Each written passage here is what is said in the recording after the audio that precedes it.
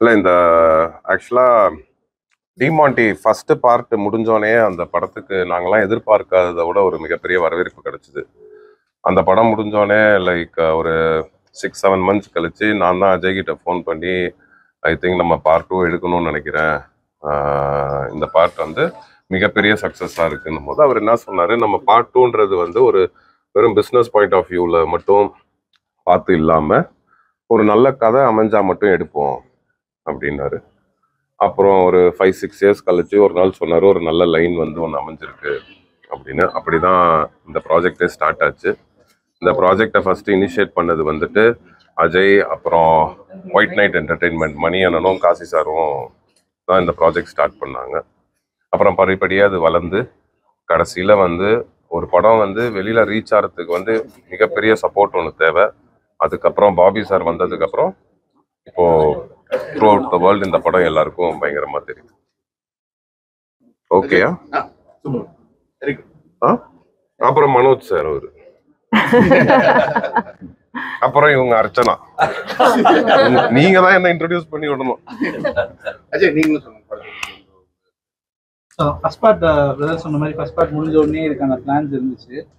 ஒரு கரெக்டான கதை இப்போ அமைஞ்ச உடனே இதுக்கான ஒர்க்ஸ் இமீடியட்டாக ஸ்டார்ட் பண்ணியிருக்கோம். ஃபர்ஸ்ட் பார்ட்டோட யூஸ்வலாக மற்ற படங்கள்லாம் பார்த்துருப்பீங்க, அந்த ஒரு ஃப்ரான்ச்சைஸை யூஸ் பண்ணிப்பாங்க, பட் வேற ஒரு ஸ்டோரி வேற ஒரு களமாக போவாங்க. அப்படி போகாமல் நம்ம அந்த ஸ்டோரி எந்த இடத்துல விட்டோமோ அதுலேருந்து ஒரு கண்டினியூஷனாக ஒன்று பண்ணி ஒரு ஃப்ரான்ச்சைஸாக பில்ட் பண்ணலாம் அப்படின்ற ஒரு ஐடியாவில் பண்ணியிருக்கோம். ஸோ படம் August 15 ரிலீஸ் ஆகுது. பார்த்து நீங்கள் தான் உங்களோட ஃபீட்பேக் சொல்லணும். நான் ஒரு ஃபியூ பாயிண்ட்ஸ் சொல்லிடுறேன். அதாவது ஃபர்ஸ்ட் அஜய்கிட்ட பேச சொல்ல இந்த படத்தை பற்றி நான் வந்து எல்லாரும் தேங்க்ஸ் இங்கே வந்ததுக்கு. Demonte Colony 2 team for visiting எக்ஸ்ட்ரோ ரொம்ப சந்தோஷம். டெக்னாலஜி ஃபீல்ட்ல இருந்து like I mean running global company வந்து மீடியா அண்ட் என்டர்டெயின்மெண்ட் என்ன பண்ணணும் இதில் வந்து வேர்ல்ட் கிளாஸாக மூவிஸ் மட்டும்தான் பண்ணணுங்கிறது வந்து ரொம்ப எனக்கு வந்து ரொம்ப இம்பார்ட்டண்ட்டாக இருந்துச்சு. அப்போ வந்து அஜய்கிட்ட பேச சொல்ல வந்து ரொம்ப கிளியராக தெரிஞ்சிச்சு. அதாவது அருள்நிதி ஆப்வியஸ்லி எல்லாருக்கும் தெரியும் எவ்வளோ ஒரு ஷார்ப்பான ஆக்டர். அதுக்கப்புறம் பிரியாவுடைய பெர்ஃபார்மன்ஸ் தெரியும், லைக் அருண் சார், அர்ச்சனா, எல்லாரும் வந்து very very good team with an amazing story. அந்த இது மட்டும் இல்லை, இது வந்து ஒரு தியேட்ரிக்கல் எக்ஸ்பீரியன்ஸாக நான் பார்த்தேன். இது வந்து அந்த மியூசிக் எப்படி இன்கார்பரேட் ஆயிருக்கு, விஷுவல் எஃபெக்ட்ஸ், தி கிராஃபிக்ஸ் அரௌண்ட் ஒரு நான் பார்த்தது வந்து ஒரு ஹாலிவுட் லெவல்ல நம்ம தமிழ் ஆடியன்ஸ்க்கு கிடைக்கிற மாதிரி ஒரு மூவியா இருந்துச்சு. அதனால பிக் பண்ண சொல்ல வந்து குவாலிட்டி வந்து ரொம்ப இம்பார்ட்டன்டா இருந்துச்சு. அது வந்து நீங்க எல்லாமே August 15 வந்து தியேட்டர்ல பார்க்க சொல்ல தெரியும். அதாவது இது வந்து ஒரு காம்பினேஷன் ஆஃப் ஒரு பயங்கர ஸ்டோரி, அதுக்கப்புறம் team, amazing team, great cast, great music, அதுக்கப்புறம் டெக்னாலஜி இந்த படத்துல வந்து நிறைய இன்கார்பரேட் பண்ணிருக்கு.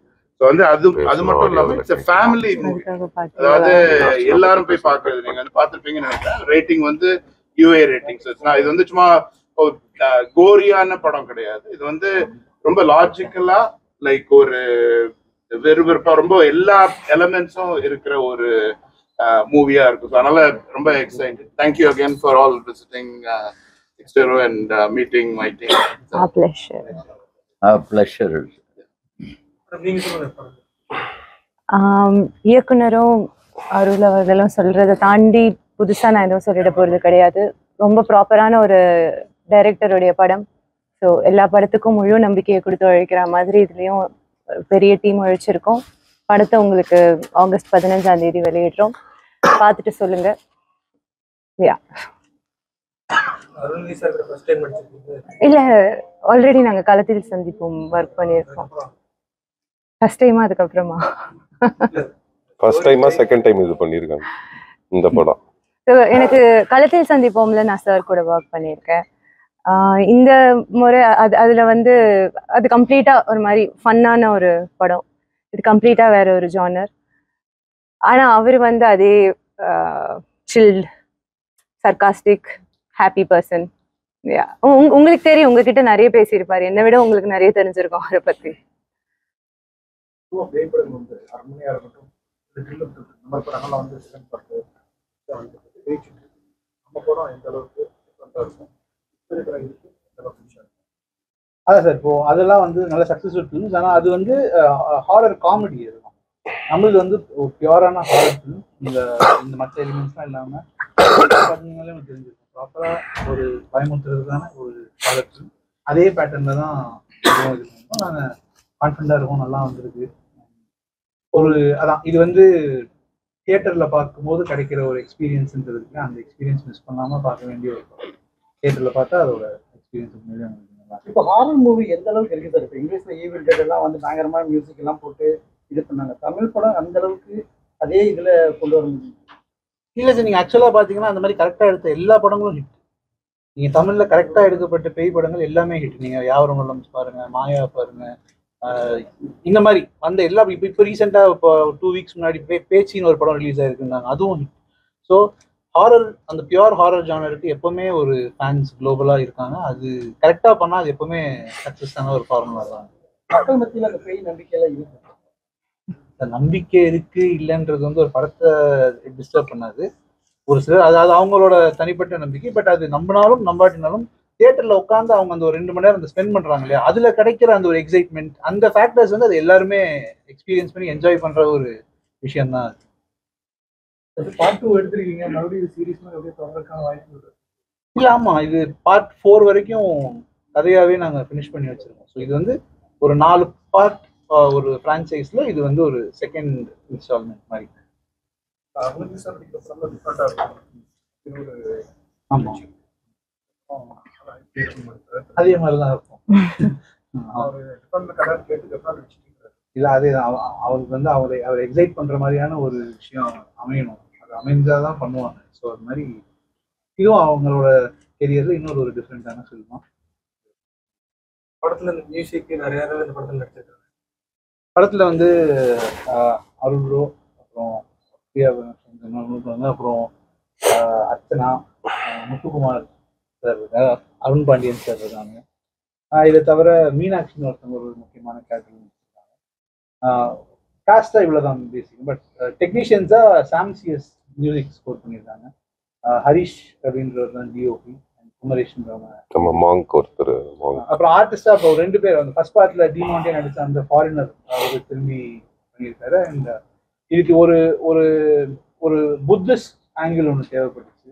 ஒரு மாங்க்ஸ் அவங்களோட ஒரு ஆங்கிள் தேவைப்பட்டுச்சு. அதுக்கு வந்து செரிங் டார்ஜின்னு ஒருத்தர், அவர் வந்து ஆஸ்கர் வாங்கின ஒரு டாக்குமெண்ட்ரியில பெர்ஃபார்ம் பண்ண ஒரு ஆர்டிஸ்ட். ஸோ அவர் வந்து இந்த படத்துல நடிச்சிருக்காரு. ஸோ இதுதான் டிமாண்டிக்கான ஃபர்ஸ்ட் ஹாரர் மூவின்னு புது வெர்ஷனாக இது அந்த மாதிரி ஏதாவது கண்டிப்பா இருக்கு சார், நிறைய இருக்கு.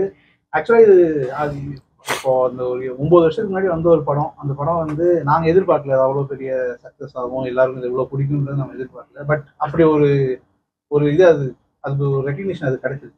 இப்போ திரும்ப நம்ம அதை பண்றோம் அப்படின்னா நம்ம அதை சர்பாஸ் பண்ற மாதிரி ஒரு விஷயம் என்னைக்கு கிடைக்குதோ அப்போ பண்ணலான்றதுக்காக தான் இந்த ஒரு 9 இயர்ஸ் வெயிட்.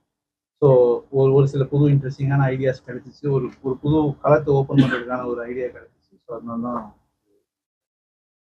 சார் அங்கெல்லாம் ரிலீஸ் ஆகுது. சார் அப்படிலாம் கிடையாது சார்.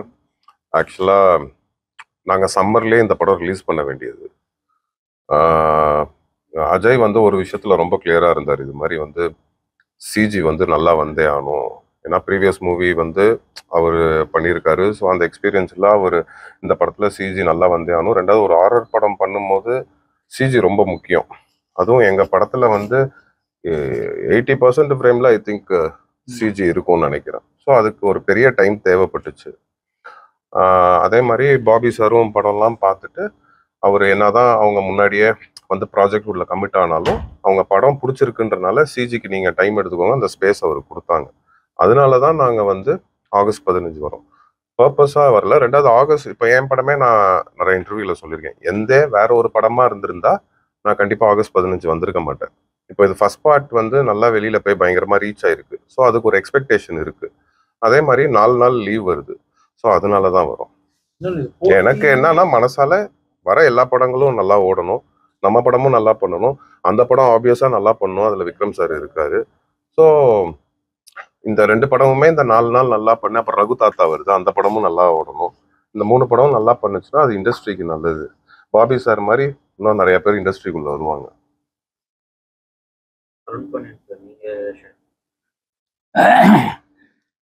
அனைவருக்கும் வணக்கம்.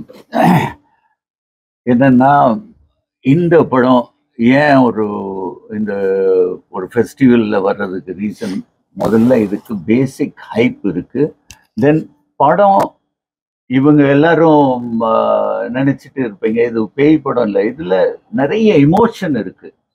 அந்த எமோஷன் பாட்டு தான் இந்த அந்த படத்தை பெரிய வெற்றியாக்கும். ஸோ அது அதே மாதிரி நார்மலாக ஒரு கோஸ்ட் ஃபில்ம், ஒரு ஹாரர் ஃபில்ம்னா யாராவது சாமியார் வருவாங்க, இல்லைன்னா ஒரு எங்கேதோ மந்திரவாதி பிடிச்சிட்டு வருவாங்க, அப்படித்தான் எல்லாம் இருக்கும். பட் இது அதை எல்லாத்தையும் தாண்டி இந்த ப்ரெசன்டேஷன், அந்த இதில் பண்ண செலவு, டெக்னிக்கல் செலவு, இதெல்லாம் பெரிய கிராண்டியராக இருக்கும். இது நிச்சயமாக எல்லா ஆடியன்ஸும் சாட்டிஸ்ஃபை பண்ணும். It is not only ghost film, ஒரு பேய் படம், ஐயோ பின்னால் இருந்து வந்து அப்படின்னு ஒரு பயன்படுத்த, அப்படி கிடையாது. நெக்ஸ்ட் என்ன. அதே மாதிரி இந்த படத்தில் நான் நடிக்கிறதுக்கு காரணம், நம்ம டைரக்டர் எனக்கு இந்த கதை சொன்னதுக்கப்புறம், அதுக்கப்புறம் தம்பி கூட பழகுனதுக்கப்புறம், அருள்நிதி கூட இருக்கும்போது ரொம்ப கம்ஃபர்டபுளாக இருந்துச்சு. Priya Bhavani Shankar, then Bobby producer, who is a real producer. வெறும் நம்பர்ஸை பார்த்துட்டு பண்ணுறதுலாம் இருந்துச்சுன்னா, பணம் இவ்வளோ போட்டுட்டோம், இதுக்கு மேலே லாபம் பார்க்கணும், அந்த ஒரு ஸ்கேலில் இல்லாமல் let us go beyond. So அந்த ஒரு கிராண்டியர் இந்த படத்தில் கண்டிப்பாக ஆடியன்ஸ் ஃபீல் பண்ணுவாங்க. கண்டிப்பாக இந்த ஆடியன்ஸுக்கு இது 100% சாட்டிஸ்ஃபை பண்ணும், அதில் டவுட்டே கிடையாது. வித் ஃபேமிலி பார்க்க வேண்டிய படம். இந்த படம் ஒரு ஒன் ஆஃப் தி கிளாசிக் ஃபில்மாக இருக்கும்னு எனக்கு நம்பிக்கை இருக்குது. நிறைய கிளாசிக் ஃபில்ம் நான் பண்ணியிருக்கேன். எங்களோட இணைந்த கைகளே அந்த டைம்ல இருந்து இந்த டைம் வரைக்கும் பேசப்படுற மாதிரி இந்த படம் கண்டிப்பாக எனக்கு பேசப்படும். எனக்கு மட்டும் இல்லை, இங்கே இருக்க எல்லாருக்கும் பேசப்படும். நிச்சயமாக இந்த படத்தை August 15 தியேட்டரில் வந்து பாருங்க. நன்றி, வணக்கம். இதுக்கு நல்லா கிளியரா சொல்ல முடியாது. ஃபர்ஸ்ட் படம் பார்த்துட்டு வெளியே வரும்போதே ஆடியன்ஸ் படத்தை பற்றி சொல்ற அந்த ஒவ்வொரு வார்த்தைகளும் படத்துக்கு நெகட்டிவோ பாசிட்டிவோ இல்லை சார், அது அவங்க அபிப்பிராயத்தை வெளில வந்து சொல்ல போறாங்க. ஒருத்தவங்களுக்கு ஒரு அபிப்பிராயம் இருக்கும் ஒரு படம் பார்க்கும்போது. நான் இந்த ரிவ்யூஸ் எப்படி பார்க்குறேன்னா, ஃபர்ஸ்ட் பார்ட் ரிலீஸ் ஆகும்போது நான் இவரும் பயங்கரம் ப்ரெஷராக இருந்தார் ரிலீஸுக்கு முந்தின நாள். அது சொல்லாமா? அதை இல்லை சொல்லாமே, அதை சொல்லிடலாம்ல. ஓகே, அது என்னன்னு நீங்க அப்புறம் அவர் தனியா கேட்டுருங்க. ஸோ அது நீங்க எப்படி கேட்காம விட போறீங்க? அடுத்த கேள்வி அதுதான் அப்படின்னு பாக்குறேன். ஸோ அப்போ வந்து அவரும் டென்ஸ்டா இருந்தாரு, நானும் டென்ஸ்டா இருந்தேன். எனக்குமே வந்து ஒரு மௌனகுரு முடிச்சுட்டு ஒரு 4 வருஷத்துக்கு அப்புறம் வெயிட் பண்ணும்போது ஒரு பெரிய ஹிட்டு தேவைப்பட்டுச்சு. அப்புறம் அந்த ரிவ்யூஸ்லாம் பார்த்துட்டு ஃபர்ஸ்ட் ரிலீஸ் ஆன மார்னிங் வந்து கொஞ்சம் வெளியில ஒரு மாதிரி மிக்ஸ்டா தான் வந்துச்சு. பட் ஈவினிங்க்கு அப்புறம் அந்த படம் ஃபர்ஸ்ட் பார்ட் சரசரன்னு பயங்கரம் பாசிட்டிவா இருந்துச்சு. நான் என்ன பண்ணுவேன்னா, எப்போல்லாம் நான் டவுனா இருக்கேனோ டிமாண்டி பப்ளிக் ரிவ்யூன்னு போட்டு அதுல எல்லாரும் அந்த படத்தை பாராட்டுறதை பார்த்து நானே கண்கலங்கி என்னை எந்த பண்ணிட்டேன்.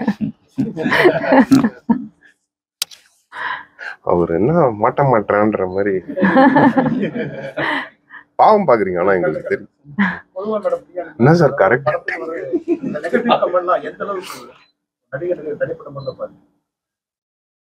தனிப்பட்ட முறையில கேக்குறீங்களா சார்? எல்லாரும் மனுஷங்க தானே. இப்போ உங்களை கஷ்டப்படுத்துற மாதிரி பேசினா உங்களுக்கு கஷ்டமா இருக்கிற மாதிரி நடிகர்களுக்கும் இருக்க தானே செய்யும். அதுதாங்க, அதான் கேட்டாங்க கஷ்டமா இருக்கான்னு சொல்லிட்டு. டெஃபினட்டா நெகட்டிவ் ரிவ்யூஸ் பிரச்சனை இல்லை சார். ரிவ்யூங்கிறது படத்துடைய ரிவ்யூ இல்லை, கிரிட்டிசிசம் அது எல்லாமே ஓகே தான். நம்ம அட்ரஸ் பண்ணது வந்து டெஃபினட்டா பத்திரிகை நண்பர்கள் அவங்க படத்தை பத்தி சொன்ன ரிவ்யூவோ இல்லைன்னா அவங்களுடைய கருத்தோ அதுக்கு எதிரான விஷயத்தை பத்தி நம்ம பேசல அந்த யூடியூப் இன்டர்வியூல. நம்ம சொன்னது டிஜிட்டல் மீடியால எல்லாருக்கும் ஒரு முகமே தெரியாம என்ன வேணாலும் பேசலாம் அப்படின்ட்டு ஒண்ணு இருக்கு இல்லையா, ரொம்ப பர்சனலா அட்டாக் பண்றது, அதை தான் பேசணும். ஸோ யூ ஆர் ஃப்ரீ, நாங்கள் வில் பி வெரி ஹாப்பி. நீங்கள் படம் பார்த்துட்டு உங்களுக்கு நெகட்டிவோ பாசிட்டிவோ, ரிவ்யூ இஸ் அ ரிவ்யூ, அது வந்து பாசிட்டிவ் நெகட்டிவ் கிடையாது. உங்ககிட்ட இருந்து என்ன கருத்து வருதோ அதை நம்ம ஏற்றுக்கிட்டோம் அப்படின்னா தான் அதை சரி செஞ்சுக்கிட்டு அடுத்து வளர முடியும். அதனால அது நம்மளை மாதிரி உங்களை மாதிரி பத்திரிகை நண்பர்களுக்கான பதில் கிடையாது.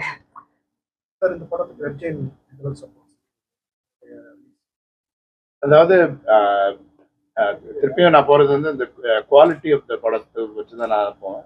இந்த பிரம்மாண்டம் சொன்ன மாதிரி இது பெரிய லெவல்ல பண்ணோம்னு நாங்கள் பண்ணியிருக்கோம்.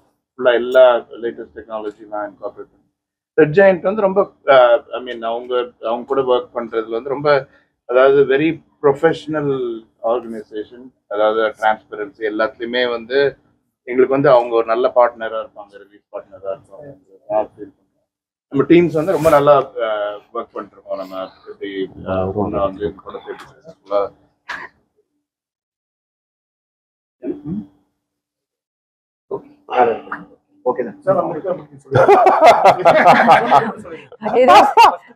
ஏதோ சொல்ல வேணாம்னு சொன்னீங்களே, அதை சொல்லுங்கங்கறாங்க. ரொம்ப ரிலீஸ் முன்னாடி ரொம்ப பயந்துட்டு இருந்தோம். இல்ல பதில் அது கிடையாது. கேட்டாலும் சொல்லக்கூடாதுன்னு சொன்னாங்களே, அது என்னன்னு சார் நீங்க அடிக்காமே கேளுங்க சார், சொல்றேன்.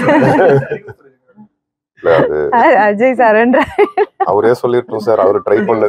வேணாம் அது வேண்டாம், அது வேண்டாம் சார். ஒண்ணுமே இல்ல சார், எப்படி வைரல் பண்றது எல்லாரும் பதில் யோசிச்சுட்டு இருக்காங்க. இப்ப என்ன சொல்லலாம்? அது ஒண்ணும் இல்ல, அது ஒண்ணும் நானா சார், நான் நம்ம தகராறு பண்ணாரு என்ன வச்சு, கணேஷ் விநாயக்குன்னு சொல்லிட்டு தகராறு தேன்லாம், அவரோட இப்போ ஒரு படம் முடிச்சுட்டாங்க. இன்னும் டைட்டில் அவங்க அனௌன்ஸ் பண்ணல. அப்புறம் இப்போ பேஷன் ஸ்டுடியோஸ்ல வந்து பிரபு ஜெயராம்னு என்னங்க சார் உங்க சட்டம் எடுத்தாரு, அவரோட ஒரு படம் பண்ணிட்டு இருக்கு.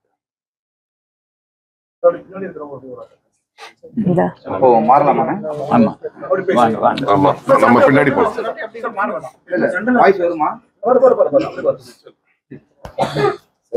இந்த மைக் கொடுத்துருவா உங்களுக்கு. இல்ல சார் தெரியும், இது இல்ல அவர் பேசுனா ஊருக்கே கேட்கும் சார். உங்களுக்கு தான் இல்ல தெரியுதா? படத்தை பத்தி சொல்லிருக்கேன். பத்திரிகை மற்றும் ஊடக சகோதரர்களுக்கு வணக்கத்தை தெரிவிச்சுக்கிறேன். இது தீமாண்டி காலனி 2 இந்த படம் வந்து எனக்கு வந்து மகான் சாப்பாட்டா பரம்பரை பார்த்துட்டு அஜய் ஞானமுத்து வந்து எனக்கு கூப்பிட்டு இந்த கதையை சொன்னார். ரொம்ப சுவாரஸ்யமாக இருந்தது. எனக்கு இப்போ டிமாண்டி காலனி 1 எனக்கு ரொம்ப பிடிச்சிருந்துச்சி. சரி, யார் இந்த மனுஷன் இப்படி இந்த மாதிரி ஒரு தாக்கத்தை உண்டு பண்ணி பயமாக வேறு லெவலில் ஒரு பயத்தை, பொதுவாக பேய் படனாலே பொண்ணுங்க தான் அது மாதிரி இருக்கும், இது பசங்களை வச்சு ஒரு மிரட்டி இருக்காப்புல யார் அப்படின்னு சொல்லிட்டு ரொம்ப ஒரு இருந்தது. அப்போ சாரை நான் மீட் பண்ணதுக்கப்புறம் அந்த கதையை சொல்லும்போது எனக்கு அவ்வளோ பாசிட்டிவான ஒரு ரோல் இந்த ரோல். ஸோ டிஃப்ரெண்ட்டாக இருக்கும். எனக்கு வந்து ஆஸ் எ முத்துக்குமாராக வந்து வேற ஒரு டிஃப்ரெண்ட் கைண்ட் ஆஃப்ல ஒரு பார்வையாளர்களை என்டர்டெயின்மெண்ட் பண்ணுங்கிறதுல ரொம்ப கிளியராக இருக்கேன். அவர் என்ன சொன்னாரோ அதை நான் சரியாக பண்ணியிருக்கேங்கிறத நம்புகிறேன். நிச்சயமாக இந்த படம் மிகப்பெரிய ஒரு வெற்றியை கொடுக்கும். Bobby sir and Manoj sir வந்து இந்த படத்தை வந்து வேறு லெவலில் கொண்டு போயிட்டுருக்காங்க. ஸோ அவங்களுக்கு பெரிய தேங்க்ஸ், வேறு லெவலில் வந்திருக்கு. அப்புறம் அருள் சார்களை ஒர்க் பண்ணது, என்னுடைய ஜேர்னி ஃபுல்லாமே அருள் சார் கூட இருக்கிற மாதிரி தான் இருக்கும் இந்த கதாபாத்திரம். ஸோ அதனால் ரொம்ப அவர் சின்ன சின்ன விஷயங்கள் அவர் ரொம்ப இன்டென்சிவாக ஒர்க் பண்ணுறது வந்து எனக்கு ரொம்ப பிடிச்சிருந்துச்சு. ரொம்ப சென்சிபிளான ஒரு ஆக்டராக நான் பார்க்குறேன் அருள் சாரை. அதே ஈக்குவலான கேரக்டர் தான் பிரியா பவானி சார் இருக்கும். ஸோ அவங்களும் அதை சரியாக பண்ணிடுறாங்க. ஸோ இந்த கான்வர்சஸ்லாம் அருண் பாண்டியன் சார் கூடலாம் வேலை செஞ்சதில் ரொம்ப நான் இணைந்த கையில் அவரை பார்த்து நான் மிரண்டிருக்கேன். ஸோ அந்த இப்போப்பட்ட மனுஷங்க கூடலாம் வேலை செய்யும்போது ரொம்ப சந்தோஷமாக பார்க்குறேன். ஸோ மீனாட்சி அண்டு அர்ச்சனா, அப்புறம் இதில் கேமரா ஒர்க்கு ரொம்ப பயங்கரமாக இருந்திருக்கு. ஸோ எல்லாருக்கும் இந்த நேரத்தில் ஆகஸ்ட் 15th வந்து ஒரு பெரிய அடுத்த கட்டத்துக்கு கொண்டு போகிற பெரும் நம்பிக்கை எங்கள் டீம் எல்லாருக்கும் இருக்குது. ஸோ உங்கள் அனைவருக்கும் மீண்டும் ஒரு நன்றி சொல்லி வாழ்த்து சொல்லிக்கிறேன். நன்றி நன்றி.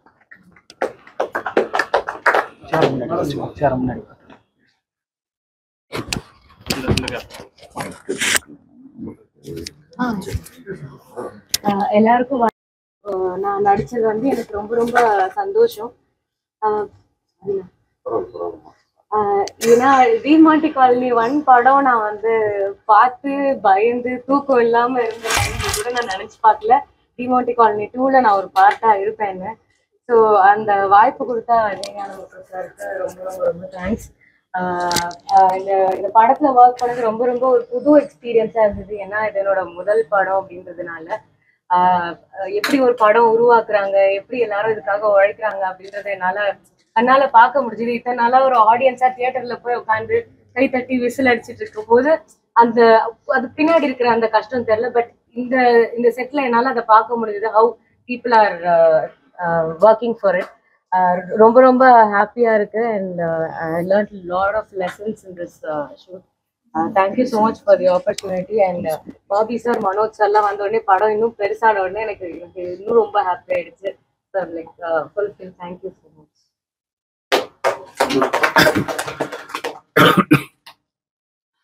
அதாவது இந்த படம் வந்து இது ஏன் இந்த படம் ரொம்ப ஸ்பெஷல்னா, இது பல ஜாம்பவான்கள் சேர்ந்து செஞ்சிருக்கிற ஒரு படம். ஒரு டெக் சைட்ல இருந்து உலக அளவுல வந்து ஒரு பெரிய ஜாம்பவானான ஒரு பாபி பாலச்சந்திரனுடைய ப்ரொடக்ஷன்ல ஒரு ஃபர்ஸ்ட் வெஞ்சர். என்ன நடந்தாலும் சரி, நான் குவாலிட்டி அண்ட் சிஜில வந்து காம்ப்ரமைஸே பண்ண மாட்டேன். படம் வந்து பொதுமக்களுக்கு போய் சேரும் போது, இது நான் வந்து 8 வருஷம் முன்னாடி 9 வருஷம் முன்னாடி எடுத்த ஒரு படத்துக்கும் இப்போவுக்கும் டெக்னாலஜி வைஸ் என்ன டிஃபரன்ஸ் இருக்கோ அதை நான் யூஸ் பண்ணி இந்த படத்தை பிரம்மாண்டமா எடுத்தே தீர்வேன்னு நினைச்ச ஒரு அஜய். என்ன ஒரு ப்ராஜெக்ட் எடுத்தாலும் உலக அளவுல எங்க தமிழர்கள் இருக்காங்களோ, சினிமா ரசிகர்கள் இருக்காங்களோ, அவங்க எல்லாரும் அருள்நிதி ஒரு படத்துல நடிச்சா அதுல கண்டிப்பா ஏதோ ஒன்று டிஃப்ரெண்டா இருக்கும் அப்படின்னு ஒரு ஸ்கிரிப்ட்லயும் ஆக்டிங்லயும் டெடிகேஷன்லயும் காம்ப்ரமைஸே பண்ணாத ஒரு ஹீரோ. அடுத்தது 100% எப்பவுமே ஒரு படத்துக்கு கொடுக்கிற ஒரு பிரியா பவானி சங்கர்.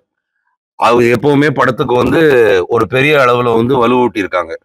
அப்புறம் ஒரு ப்ரொடியூசரா இருக்கட்டும், ஒரு ஹீரோவா இருக்கட்டும், ஒரு ஆக்டரா இருக்கட்டும், ஒரு பிசினஸ் மேனா இருக்கட்டும், எதுலேயுமே காம்ப்ரமைஸ் பண்ணாத ஒரு அக்ரெசிவ் ரோல் மாடலான ஒரு அருண் பாண்டியன் சார். அதுக்கப்புறம் முத்துக்குமார் சார் அவ்வளோ நல்லா பெர்ஃபார்ம் பண்ணியிருக்காரு படத்துல. அவருக்கு ஒரு வித்தியாசமான பெர்ஃபார்மன்ஸ்.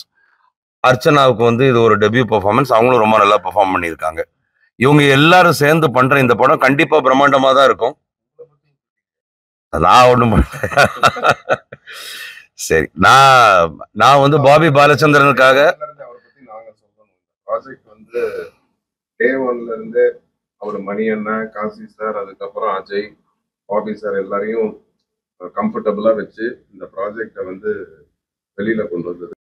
கம்பெனி நடத்துற பாபி பாலச்சந்திரனுக்கு ஹெட் ஆஃப் ஸ்ட்ராட்டஜியா இருக்கேன். ஓகே, பிடிஜி யூனிவர்சல் கம்பெனில 2 பாயிண்ட்டுங்க. ஒன்று, இந்த படத்தை வந்து சாதாரண ஒரு ஹாரர் சினிமாவை நினைச்சிடாதீங்க. ஒரு வீடு, அதுக்குள்ள ஒரு லேடி, அவங்க தான் பேய், அந்த மாதிரி இல்லாம படம் ஃபுல்லா எக்கச்சக்கமா ட்விஸ்ட் அண்ட் டர்ன்ஸ் இருக்கு. அவ்வளோ ஸ்ட்ராங் ஸ்டோரி லைன். 2வது வந்து இந்த படத்தை எதுல வேணா பார்க்கலாம். ஓகே, டிவியில பார்க்கலாம், போன்ல பார்க்கலாம், லேப்டாப்ல பார்க்கலாம். ஆனா நீங்க தியேட்டர்ல இதை வந்து பார்க்காம விட்டீங்கன்னா யூ ஆர் மிஸ்ஸிங் சம்திங். இந்த technology advance along with sound and mixing and Dolby Atmos and அதுக்கு மெனக்கெட்டு இருக்கிற சிஜி, இது எல்லாத்தையும் நீங்க வந்து பெரிய ஸ்கிரீன்ல போய் கூட ஒரு 200-300 பேரோட உட்காந்து பார்க்கும்போது தான் இதோடைய பெஸ்ட் ஆப்டிமம் எக்ஸ்பீரியன்ஸ் நீங்க ஃபீல் பண்ணுவீங்க. தியேட்டர்ல நீங்க மிஸ் பண்ணீங்க, லேட்டர் ஆன் நீங்க டிவியில பார்க்கும்போது இது தியேட்டர்ல பார்த்துருக்க வேண்டிய படம்னு கண்டிப்பா ஃபீல் பண்ணுவீங்க. எல்லாரும் தியேட்டர்ல பாருங்க. தேங்க்யூ. அதை கொடுத்துட்டேன் மைக்க.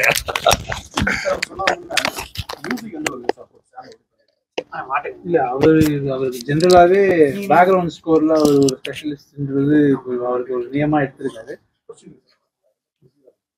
Sorry sir. சாம் வந்து ஜென்ரலாவே அவரோட எல்லா படங்களையுமே அவர் பேக்ரவுண்ட் ஸ்கோருக்கு அவருக்கு தனி ஒரு நேம் எடுக்கக்கூடிய ஒரு மியூசிக்.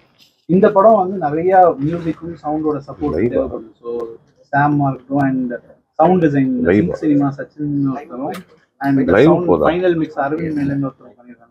3 பேருமே சேர்ந்து கோஆர்டினேட் பண்ணி ரொம்ப ஒரு அமேசிங்கான ஒரு சவுண்ட் டிசைன் கொடுத்துருக்காங்க. ஸோ அதெல்லாம் இந்த சவுண்ட் டிசைன், இந்த விஎஃப்எக்ஸ் படத்தோட இந்த எப்படி நாங்க மேக் பண்ணிருக்கோன்றது எல்லாம் தான் உங்களுக்கு யூடியூப்ல ஒரு டிவிலயே புது வருமா? எக்ஸ்பீரியன்ஸா டெஃபினட்டா தியேட்டர்ல இருக்கும். தியேட்டர்ல இருக்கும். அருண் பாண்டியன் சார் அந்த டைம் நீங்க ஒர்க் பண்ண அந்த டைமுடைய நீங்க நினைவுகள் அந்த டைம் ஒர்க் பண்ண அந்த இதுக்கும் இப்போ இந்த இவங்களுடைய ஒர்க் பண்ணக்கூடிய எக்ஸ்பீரியன்ஸ் கேக்குதா? கேக்குது. ஓகே. என்னன்னா அப்போ டெக்னாலஜி இவ்வளோ இல்லை. இன்டர்வல் சீக்வன்ஸில் மேலேருந்து கீழே குதிக்கணும்னா நான் தான் குதிக்கணும். அப்போ இந்த க்ரீன் மேட் போட்டுட்டு பின்னால் கிடையாது. ஆனாலும் இப்போ இருக்கிற ஸ்ட்ராட்டஜிலையும் இப்போ இருக்கிற ஒரு டெக்னாலஜியும் எவ்வளோ ப்ராப்பராக யூஸ் பண்ணணுமோ அது பண்ணால் டஃப் ஜாப் தான். அந்த ஜாப் தான் அஜய் பண்ணியிருக்காரு. அந்த ஜாப் தான் இந்த படம் உங்களுக்கு வேற ரேஞ்சில் கொண்டாந்து கொடுக்கும். இந்த படத்தை ஆரம்பிக்கும் போது ரொம்ப சிறுசாக தான் ஆரம்பித்தாங்க, காசி பாண்டியனும் சுப்பிரமணியம். ஆனால் இவங்க எல்லாம் சேர்ந்ததுக்கப்புறம் இதை வேற ரேஞ்சில் எடுத்துகிட்டு வந்துட்டாங்க. கண்டிப்பாக அந்த டைமோட அது எல்லாரும் ஓல்டு இஸ் கோல்டுன்னு சொல்லுவாங்க. எல்லாம் எனக்கு 40 வயசுக்கு மேலே இருக்கிறவங்க எல்லாரும் நம்ம கூட தான் இருப்பாங்க. பட் அப்படி கிடையாது. டெக்னாலஜி மாறிட்டே வருது. We have to adapt. அந்த அடாப்ஷன் இந்த ஃபில்மில் இருக்குது. அந்த கிராண்டியர் இந்த ஃபில்மில் இருக்குது. ஸ்பெஷலி சொல்ல போனால் சாம் சிஎஸ் அவரோட பேக்ரவுண்ட் ஸ்கோர், அது இல்லாமல் Harish cinematographer who's done a fantastic job. அவர் செட்டில் இருந்தால் பேசவே மாட்டார். இன்னொரு பேய் மாதிரி தான் சைலண்ட்டாக இருந்து வேலையை பார்த்துட்டு இருப்பார். ஸோ அந்த மாதிரி இந்த film technology wise it is upgrade. Thank you. Phone வந்து டிஸ்டர்ப் பண்ணி சார், நீங்கள் டிமாண்டிகாலையும் பார்த்து தான் உங்களை சாட்டிஸ்ஃபேக்ஷன் பண்ணணும்னு சொன்னீங்க. உங்களோட படமே மோரோவர் அந்த தேஜாவு டைரி 20,000 கண்கள் அப்புறம் மூக்குத்தி கழுவன் வரி அந்த 2026 பொலிட்டிக்கல் பிளாட்ஃபார்ம் ஒரு ஐடியா யாரோடது? உங்களோட. எனக்கே தெரியாது, உங்களுக்கு எப்படி தெரியும்? அனுபவம் அதை பற்றி எத்தனை பேர் சார் வருவீங்க 2026? சார் அது அவங்க அது ஒருத்தவங்களோட விருப்பம் சார். ஆமா இது படத்தை பத்தி ஆமா இது படத்தை பத்தி இது ஐடியா சார், அவ்வளோதான். வேற எதுவும் அப்படி ஐடியா எதுவும் இல்லை சார். உங்க நம்பர் மட்டும் தாங்க சார். அந்த ஐடியா வந்தானே ஃபர்ஸ்ட் உங்களுக்கு ஃபோன் பண்ணிடுறேன். அப்போ உங்களை சஜஷன் கேட்டுட்டு தான் முடிவே எடுப்பேன். சரி இல்லை, இது படத்து சம்பந்தப்பட்ட விஷயம் இருக்கனால நம்ம படத்தை கண்டிப்பா தியேட்டருக்கு வரணும்னா என்ன அது மட்டும் சொல்லுங்க. இல்லை, இப்போ இவ்வளோ நேரம் இவங்க எல்லாரும் பேசியிருக்காங்க அதை பற்றி. சரி, கண்டிப்பாக ஃபர்ஸ்ட் பார்ட் எனக்கு ஒருத்தவங்க நேற்று ஏதோ ஒரு அஜய் ஏதோ ஒரு ப்ரொமோ வீடியோ போடும்போது அதில் ஒரு இதை அடிச்சிருந்தாங்க. ஃபர்ஸ்ட் பார்ட்டுக்கு வந்து இன்டர்வல் பிளாக்கும் அதுக்கப்புறம் கிளைமேக்ஸும் பயங்கரம் பேங்காக இருக்கும். அதை வந்து செகண்ட் பார்ட்டு செஞ்சுட்டாலே செகண்ட் பார்ட்டு மிகப்பெரிய ஹிட் ஆயிரும். கண்டிப்பாக இதுலேயும் அந்த இன்டர்வல் பிளாக்கும் கிளைமேக்ஸும் பயங்கரமாக வந்திருக்கு. அதை தாண்டியும் அதுக்கு நடுவுலையும் நிறையா விஷயங்கள் பிரம்மாண்டமாக இருக்குது. கண்டிப்பாக இந்த படம் வந்து ஃபர்ஸ்ட் பார்ட் டிமாண்டியை ஃபாலோ பண்ணுற ஆடியன்ஸு கண்டிப்பாக இந்த படம் கண்டிப்பாக பிடிக்கும்.